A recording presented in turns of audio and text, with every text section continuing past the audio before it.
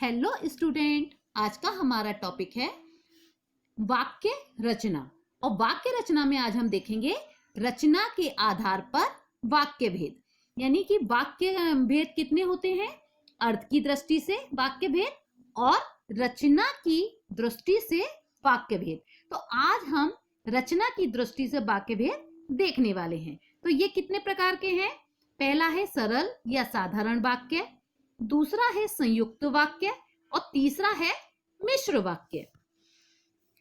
तो हमारा है, सबसे पहले हम देखेंगे सरल वाक्य। तो सरल वाक्य में जिस वाक्य में एक मुख्य क्रिया तथा एक उद्देश्य जैसे कि हमको पता है कर्ता, उद्देश्य का मतलब है कर्ता हो, उसे सरल वाक्य कहते हैं। जैसे कि हमारा उदाहरण है, पहला है हमारा नीरा आ गई। अब इसमें नीरा हमारा क्या हो गया? उद्देश्य हो गया, यानी कि हमारा कर्ता। आ गई हमारी क्रिया है, तो यानी कि ये हमारा कैसा वाक्य हो गया? सरल वाक्य। वीरेश बाजार जा रहा है। अब वीरेश इसमें क्या हो गया? हमारा कर्ता। जा रहा है हमारी क्रिया हो गई, तो एक कर्ता और एक क्रिया, यानी कि ये हमारा वाक्य कौन सा हो गया? सरल वाक्य। वह अपने पिताजी के साथ प्रतिदिन घूमने जाता है। यानी कि हमारा क्या हो गया? वह हो गया कर्ता और घूमने जाना क्या हो गई? हमारी क्रिया, यानी एक कर्ता और एक क्रिया हमारी, यानी कि ये वाक्य हमारा कौन सा हो गया? सरल वाक्य।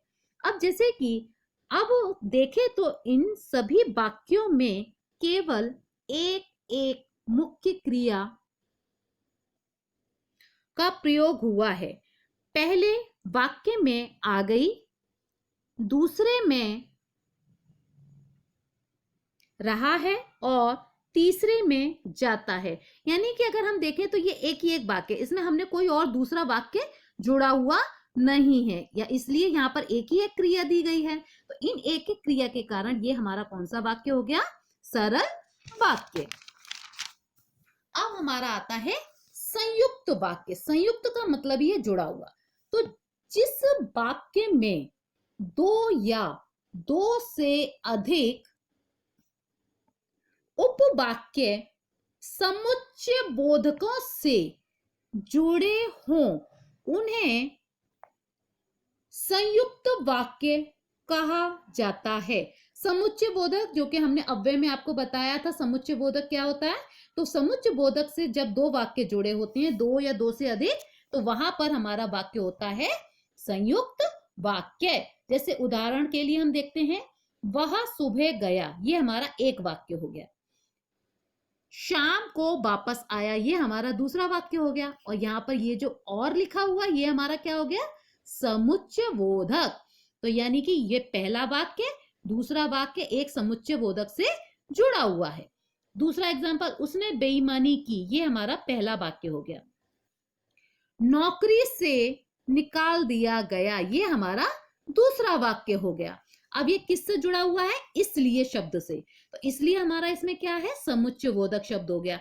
तो ये एक वाक्य और ये दूसरा वाक्य हमारा एक समुच्चय बोधक से जुड़ा है, इसलिए ये हमारा संयुक्त वाक्य है।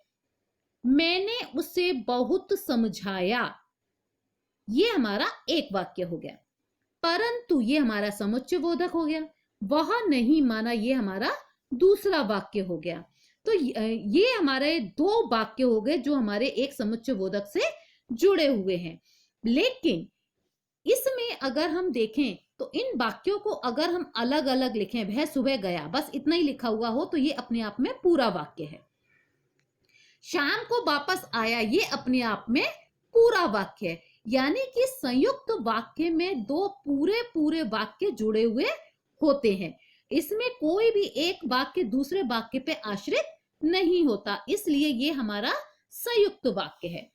अब इन वाक्यों में देखें तो दो वाक्य और इसलिए, परंतु जैसे समुच्चय बोधकों से जुड़े हुए हैं, इसलिए ये संयुक्त वाक्य है। अब हमारा आता है मिश्र वाक्य।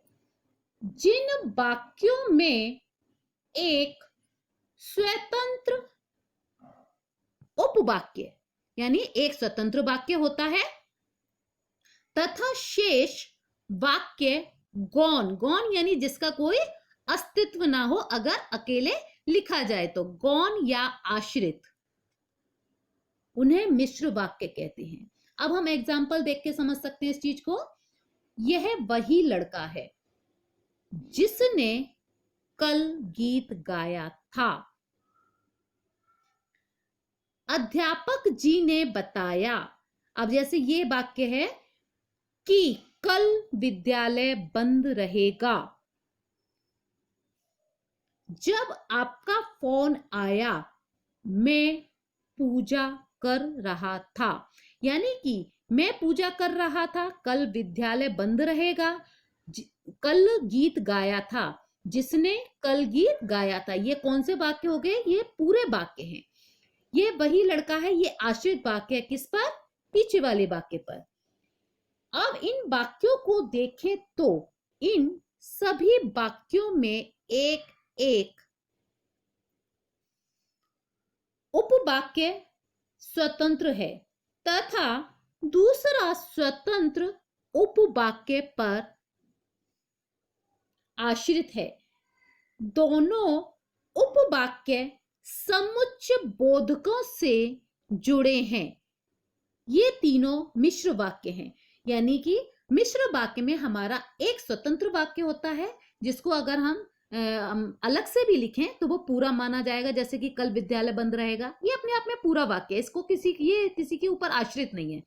लेकिन अध्यापक जी ने बताया, ये हमारा अधूरा लगता है वाक्य, तो इसलिए ये वाक्य हमारे इस वाक्य पर आश्रित है। यानी हमारा एक वाक्य, मिश्र वाक्य में एक वाक्य पूरा होता है और एक आश्रित होता है, इसलिए ये वाक्य हमारा मिश्र वाक्य कहलाते हैं। अब उसके बाद अध्यापक जी ने हमें बताया कि कल विद्यालय में अवकाश रहेगा क्योंकि कल महावीर जयंती है। वाक्य में तीन उपवाक्य मिले हुए हैं, यानी कि जब हम ये अलग अलग लिखे जाएं तो ये वाक्य कहलाते हैं, लेकिन जब एक साथ ये लिखे जाते हैं तो ये उपवाक्य कहलाते हैं। तो यानी कि तीन वाक्य हमारे इसमें मिले हुए हैं। आश्रित उपवाक्य किसी न किसी योजक से जुड़े होते हैं एवं इनकी क्रिया मुख्य नहीं होती और ये अपनी अर्थ की पूर्णता के लिए स्वतंत्र उपवाक्य पर आश्रित होते हैं। जैसे कि मैंने इसमें बताया आपको कि ये अध्यापक जी ने बताया ये हमारा कैसा है? क्रिया तो है, पर ये क्रिया जो है इस क्रिया पर आश्रित है कि बंद रहेगा, विद्यालय बंद रहेगा, तो ये इस पर आश्रित है। तो इसलिए ये हमारा मिश्र वाक्य है। विशेष संयुक्त वाक्य में दोनों ही वाक्य स्वतंत्र उपवाक्य होते हैं। इनके योजक चिन्ह और यानी संयुक्त वाक्य जो होंगे उनकी पहचान हम कैसे कर सकते हैं? तो उनके जो समुच्चय बोधक शब्द होंगे वो कौन से होंगे? और, तथा, किंतु, परंतु, लेकिन, या, एवं, इसलिए, अतः, अन्यथा आदि होते हैं। ये इनके समुच्चय बोधक शब्द लगे होते हैं जिनसे संयुक्त वाक्य जुड़े होते हैं। मिश्र वाक्य में आश्रित वाक्य किसी न किसी योजक से शुरू होता है और इनके योजक चिन्ह ज्यादातर की ताकि जिससे वो जितना, ज्यों ज्यों, चूंकि, क्योंकि, यदि जब, जैसे, जहां इत्यादि इनसे जुड़े शब्द, मतलब इनसे शुरू होते हैं। यानी कि अब जैसे कि हम ये देखें, यह वही लड़का है। अब ये जिसने से जुड़ा हुआ है। जो हमारा आश्रित वाक्य है वो किससे जुड़ा हुआ है? जिसने शब्द से। कल गीत गाया था, ये हमारा आश्रित वाक्य हो गया। अब जैसे कि ये की, हमारा जो आश्रित वाक्य है वो किससे शुरू हो रहा है? की से। कि अध्यापक जी ने बताया कि कल विद्यालय बंद रहेगा, तो ये हमारा आश्रित वाक्य इससे शुरू हो रहा है। अब यहाँ पर फोन आया, जब आपका फोन आया, तो जब आपका ये जो आश्रित वाक्य शुरू हो रहा है किससे? जब से। मैं पूजा कर रहा था, तो ये जो शब्द है किसी ना किसी योजक से शुरू होते हैं। तो ये हमारा हो गया कौन से वाक्य?